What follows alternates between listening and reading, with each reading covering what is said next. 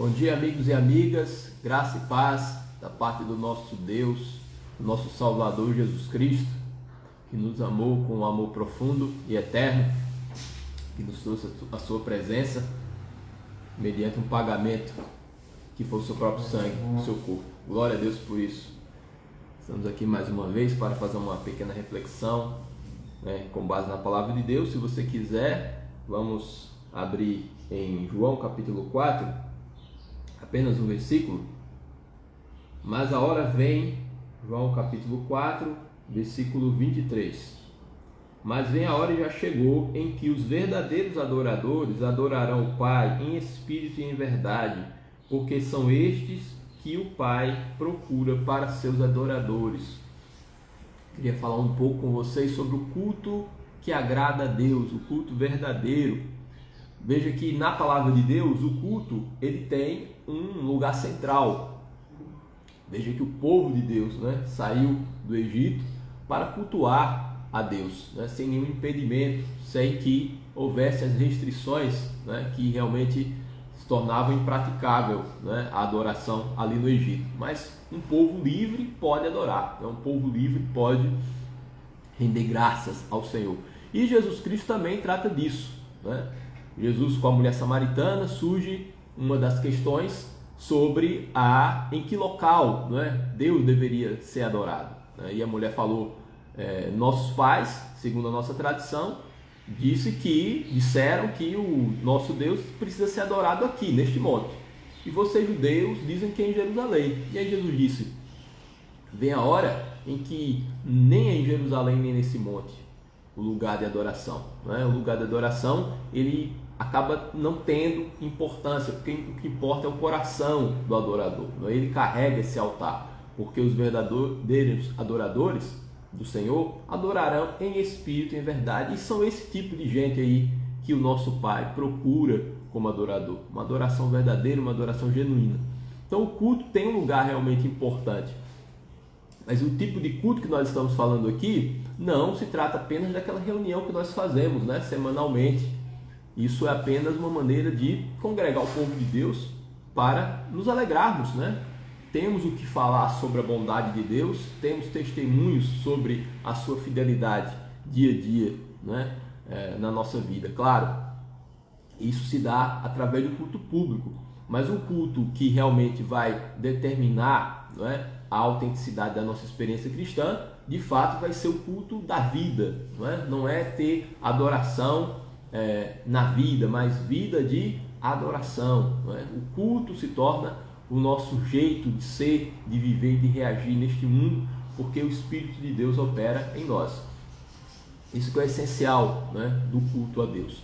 E aqui eu separei alguns pequenos tópicos para que a gente, sem a pretensão de esgotar o assunto, mas que vai fazer com que eu e você possamos cotidianamente ajustar o nosso jeito de conduzir a nossa vida, de uma maneira que sejamos verdadeiros adoradores, porque adoradores o Senhor procura. E que tipo de adorador e qual é o único adorador que Deus enxerga, que realmente consegue ter uma visibilidade, vamos dizer assim, aos olhos de Deus? É aquele que adora em espírito e em verdade. Qualquer tipo de adoração e de culto que não seja dessa categoria, simplesmente não vai ser levado em consideração, o que seria muito triste. Então o que nós observamos na palavra de Deus é que a verdadeira adoração, ela passa por um jeito de viver, por pautas de vida que agrada a Deus e que estão alinhadas com o Evangelho de Jesus Cristo. Tem uma passagem do Evangelho que o próprio Cristo, citando uma profecia de Isaías, diz: misericórdia quero e não holocaustos, conhecimento de Deus e não sacrifícios. Primeira marca do verdadeiro culto a Deus, ele precisa ter misericórdia, ele precisa ter compaixão. Misericórdia e compaixão são termos muito alinhados, muito próximos do amor. Quando nós dizemos que Jesus Cristo é misericordioso, que o nosso Deus é compassivo, nós também estamos dizendo que o nosso Deus é amoroso, é uma característica dele. Ora, nós não vamos agradar a Deus e não estaremos cultuando a Deus se nós não tivermos misericórdia. Veja que os donos, e essa era realmente a impressão que eles tinham, né? Os fariseus, os saduceus e os sacerdotes, eles eram donos, né, da religião daquele tempo. Eles tinham, não é? Ou pelo menos se arvoravam nessa função de classificar quem eram os verdadeiros adoradores, quem não eram, quem pode adorar, quem não pode, quem está apto a entrar no templo, quem não está apto a entrar no templo. Então ali eles organizavam, não é, a maneira de eles seletivamente, né, atuavam para verificar quem podia adorar, quem não podia adorar.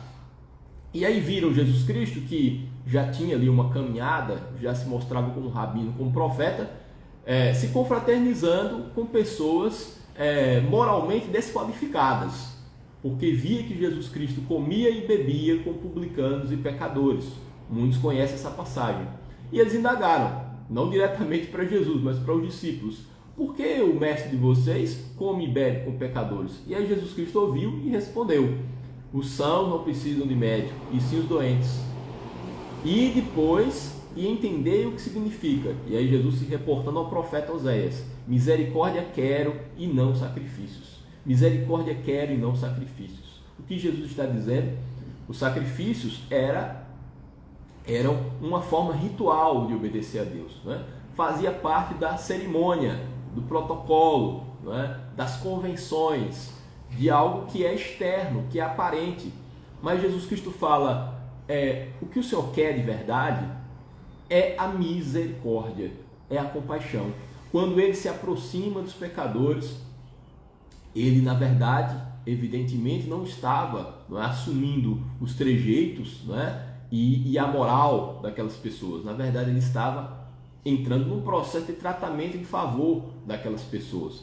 Então, Jesus estabelece que se você é amistoso com as pessoas, seja qualquer tipo de pessoa, isso não significa que você está reproduzindo as suas práticas, óbvio, mas é necessário mostrar compaixão, mostrar uma porta aberta, né? Se mostrar amigável, e que foi o que Jesus Cristo fez.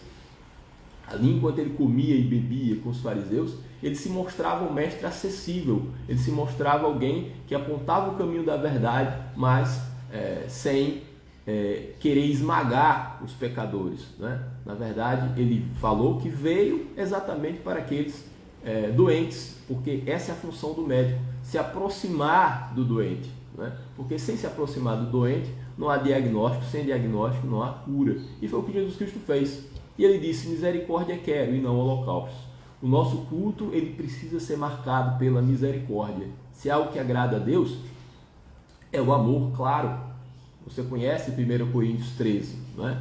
Se nós fizermos isso ou aquilo, se tivermos uma alta performance no culto público, nos nossos cargos, nos cargos que ocupamos, né, nas comunidades de fé da qual participamos, ainda assim seremos apenas pessoas barulhentas, é o que Paulo fala, não é? Qualquer tipo de atitude, né, por mais nobre que seja aparentemente, se não for motivada pelo amor, pela misericórdia, na verdade nós seremos apenas pessoas barulhentas, né? Será apenas um sino a tocar, né?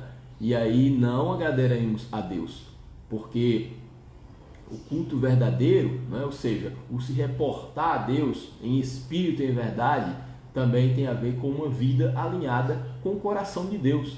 Quando Jesus Cristo veio ao mundo, né, e nos salvou e se ofereceu, é bom sempre lembrar disso. Não foi porque Deus odiou o pecado de tal maneira que enviou seu Filho, mas ele enviou seu Filho porque ele amou profundamente o homem, porque ele tinha um compromisso tão radical, né, com a sua criação, que não permitiu que a humanidade não tivesse remédio, né? O homem inventou o pecado, mas Deus desde sempre inventou o perdão, né? Já vinha a provisão de misericórdia antes da fundação do mundo, conforme está escrito lá em 1 Pedro, né? Ele é o sacrifício que foi posto, né, antes da fundação do mundo, porque Deus sempre foi amor. Os seus filhos, os que o cultuam, também devem andar em misericórdia.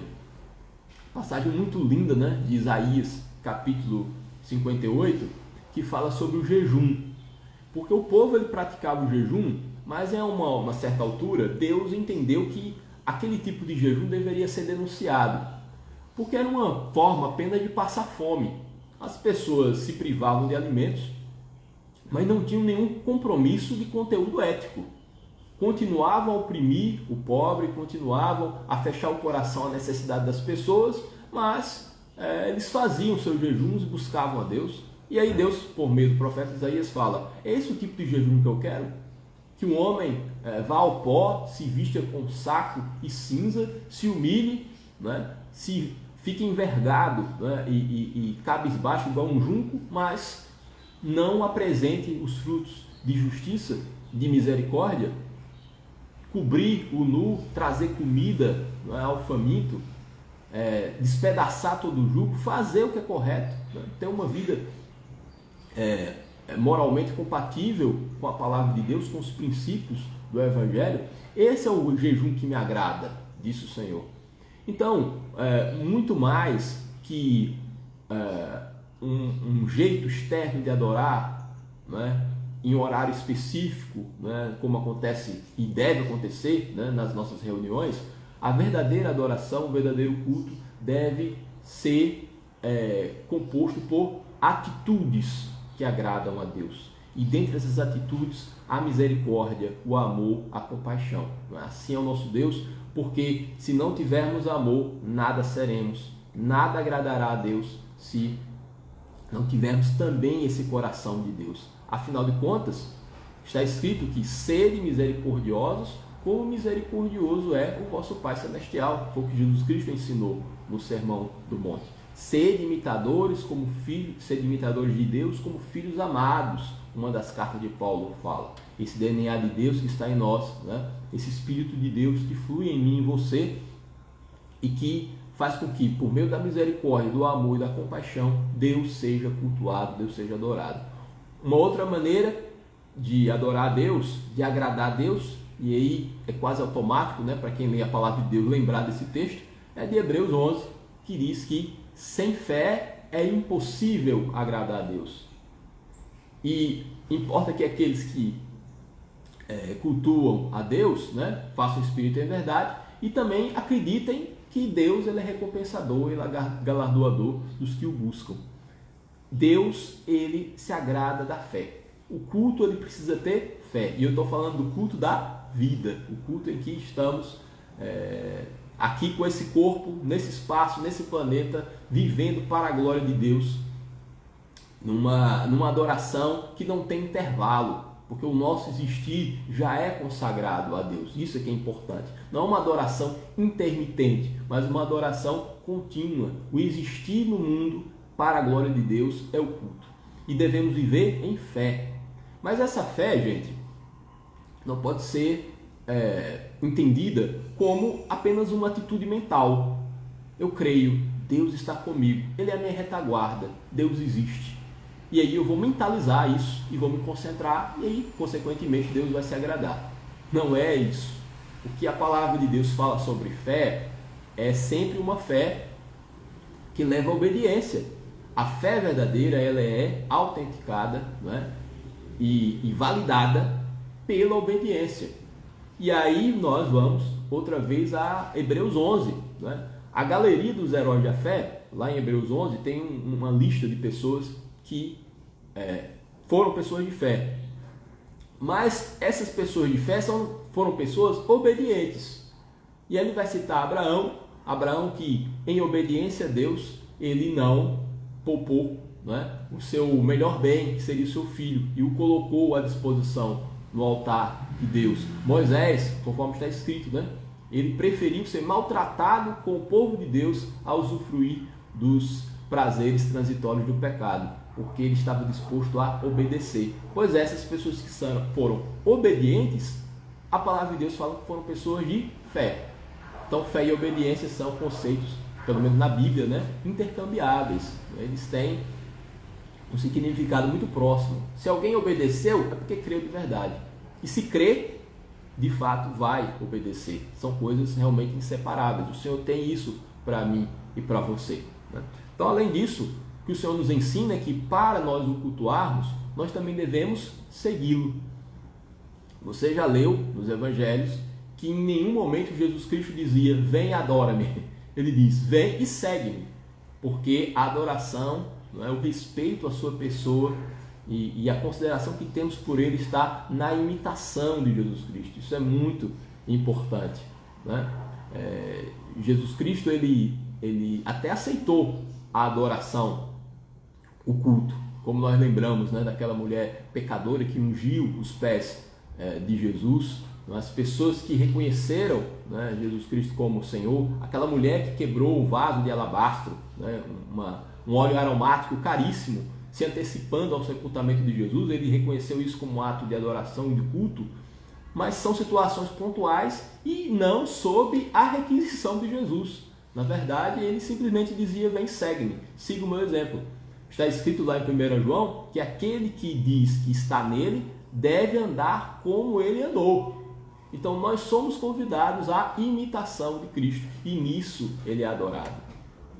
Eu e você precisamos, de uma vez por todas, mudar esse conceito de culto a Deus, de adoração, que se dá, claro, né, de tempos em tempos, dependendo dos nossos hábitos, no culto público, na igreja, né, com música. Isso faz parte, isso é bíblico. Mas mais que isso, o Senhor nos chama à vocação de verdadeiros adoradores que adoram o Espírito em verdade, que fazem da sua vida o culto e se oferecem nesse altar de Deus continuamente e que não estabelece barreiras entre o que é de Deus e o que não é de Deus. Tudo já está nas mãos dele e assim nós vivemos. Que o Senhor nos ajude, que o Senhor nos abençoe a compreender essas verdades. Vamos viver em misericórdia, em fé e na imitação de Jesus Cristo, e assim o adoraremos de verdade, em espírito e em verdade.